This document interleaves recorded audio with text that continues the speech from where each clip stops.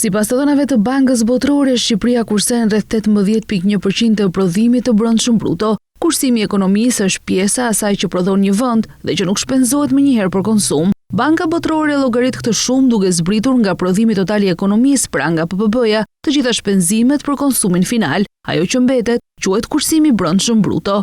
Referuar për llogaritive, kjo shifër e përkthyer në vlerë konkrete arrin afërsisht 4.7 miliardë euro. Shifra prej 18.1% e raportuar nga Banka Botërore rezulton në përputhje me llogaritjet e kryera në bazën e të dhënave zyrtare të Instat. Nga shifrat e fundit që kemi për vlerën e PPB-s në vendin tonë, ekonomia shqiptare ka prodhuar rreth 26.2 miliardë euro, ndërsa rreth 21.5 miliardë euro janë përdorur për konsum final. Diferenca mes tyre arrin afërsisht 4.7 miliardë euro ose 18.1%. Kjo është ajo që nga llogaritë kombëtare quhet kursimi i brendshëm bruto. E thënë më thjesht, nga çdo 100 euro që prodhon ekonomia shqiptare, rreth 82 euro shpenzohen, ndërsa afërsisht 18 euro mbeten jashtë konsumit final. Pikërisht kjo pjesë përkthehet në normën 18.1%. Shifra bëhet më e kuptueshme kur ndahet në mënyrë teorike për popullsinë. Në këtë rast rezulton se ekonomia shqiptare kursen mesatarisht rreth 1.970 euro për banor në vit, ose rreth 164 euro në muaj për banor. Natyrisht kjo nuk do të thotë se çdo qytetar i ka realisht këto para të kursyera, por është vetëm një mënyrë për të kuptuar peshën e shumës në nivel kombëtar.